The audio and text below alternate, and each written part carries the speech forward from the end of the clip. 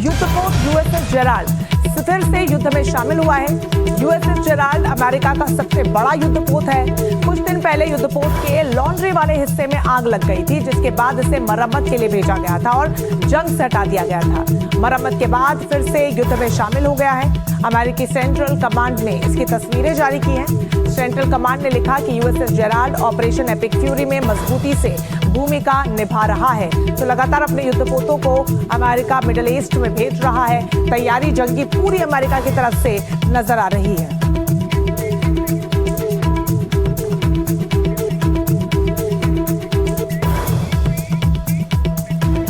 तो ईरान में अमेरिका और इजराइल ने जो जंग शुरू की है उसे 5 हफ्ते हो चुके हैं। दुनिया को लग रहा था कि यह अब शायद रुकने की ओर बढ़ी है, लेकिन अमेरिकी राष्ट्रपति ने अपने बयान में कहा कि अगले 2 से 3 हफ्तों में ईरान पर कड़ा प्रहार होगा। वो ईरान को स्टोन एज यानी कि पाषाण युग में पहुंचा देंगे। लेकिन सवाल यह है कि क्या एक बार फिर ट्रंप बयानों के बम फोड़ रहे हैं? समझिए इस रिपोर्ट में।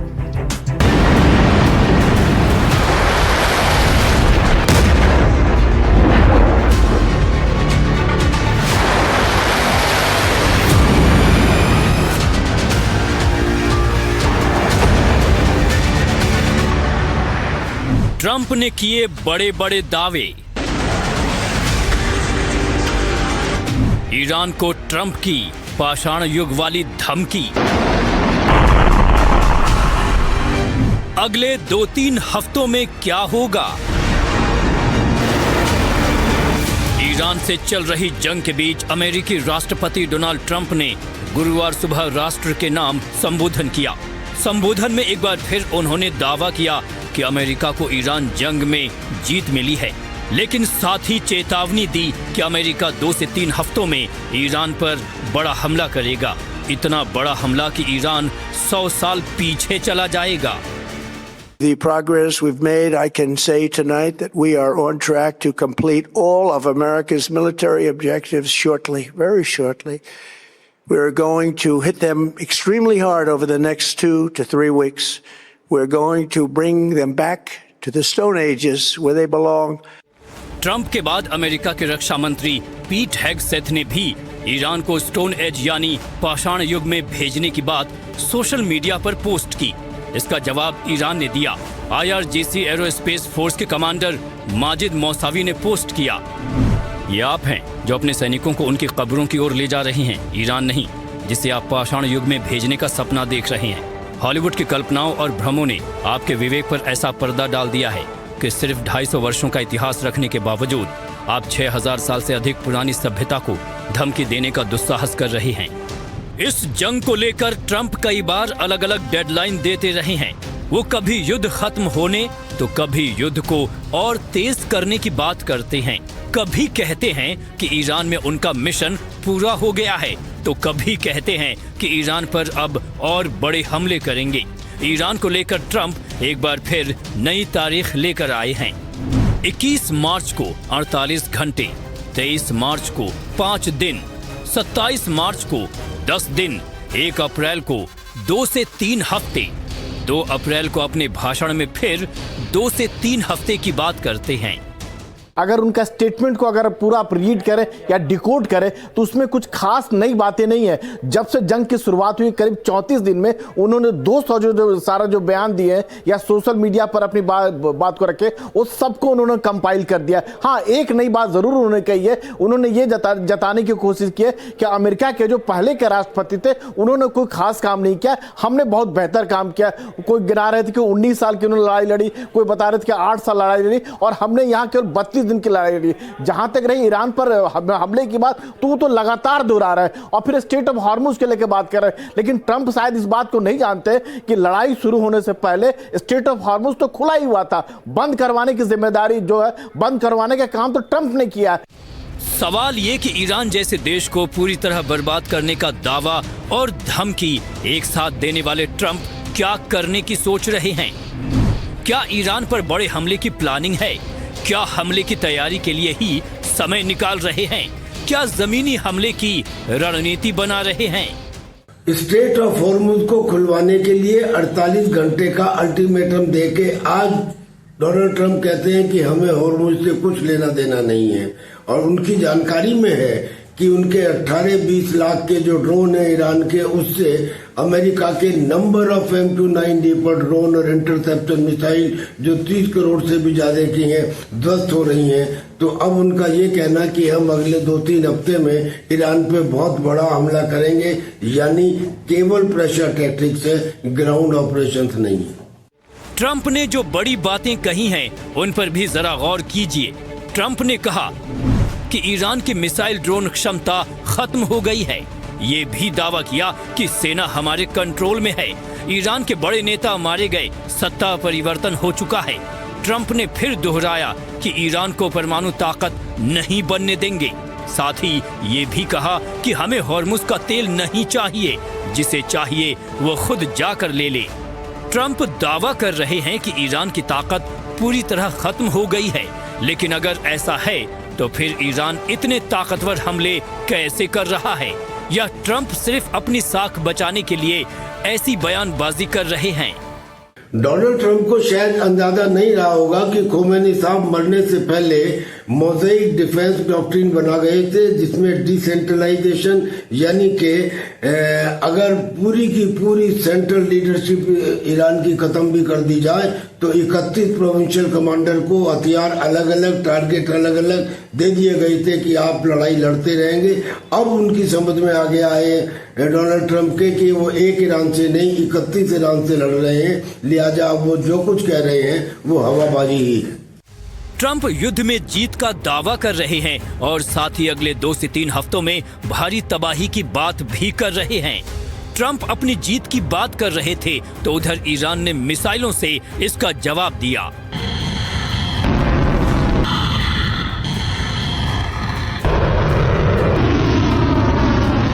इन मिसाइलों का रुख इजराइल की ओर था। ईरान ने मिसाइल हमले कर जंग के और भड़कने के संकेत दे दिए हैं। ईरान लगातार कहता रहा है कि वो अमेरिका की शर्तों पर किसी तरह के समझौते के लिए तैयार नहीं है। साथ ही उसे अमेरिका और ट्रंप की बातों का भरोसा नहीं। न्यूयॉर्क टाइम्स की अप्रैल 2026 की रिपोर्ट्स के मुताबिक ईरान को अमेरिकी राष्ट्रपति डोनाल्ड ट्रंप के इरादों पर भरोसा नहीं है। अमेरिकी खुफिया अनुमानों के मुताबिक ईरान का मानना है कि ट्रंप प्रशासन कूटनीतिक दबाव के तहत काम कर रहा है और ईरान संघर्ष में अपनी स्थिति को मजबूत मानता है।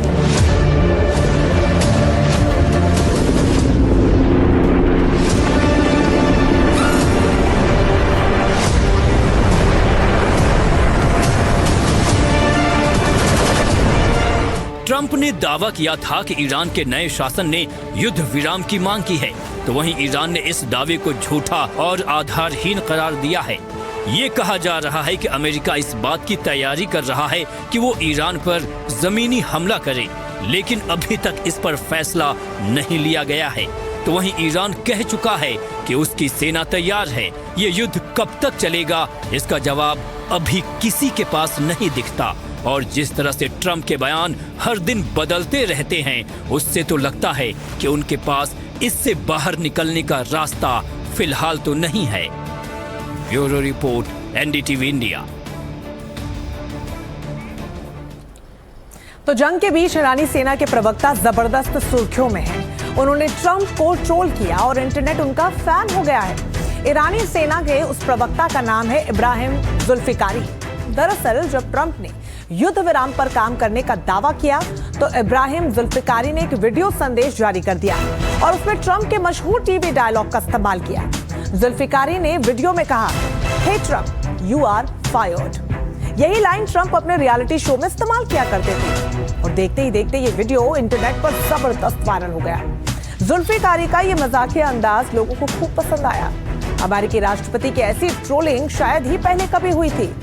इब्राहिम जुल्फिकारी का एक दूसरा वीडियो भी वायरल हुआ है। जब अमेरिकी सेना के खर्ग द्वीप की ओर बढ़ने की खबर सामने आई तो जुल्फिकारी ने कहा, जो भी आएगा उसकी टांगे काट दी जाएंगी। इब्राहिम जुल्फिकार सिर्फ ईरानी सेना के एक प्रवक्ता ही नहीं, बल्कि वो खातम अल अनबिया के सेंट्रल हेडक्वार्टर से जुड़े हुए हैं। ये संस्था ईरानी सेना के हिस्सों के बीच तालमेल बनाती है और युद्ध के हालातों में रणनीति तय करने में भूमिका निभाती है।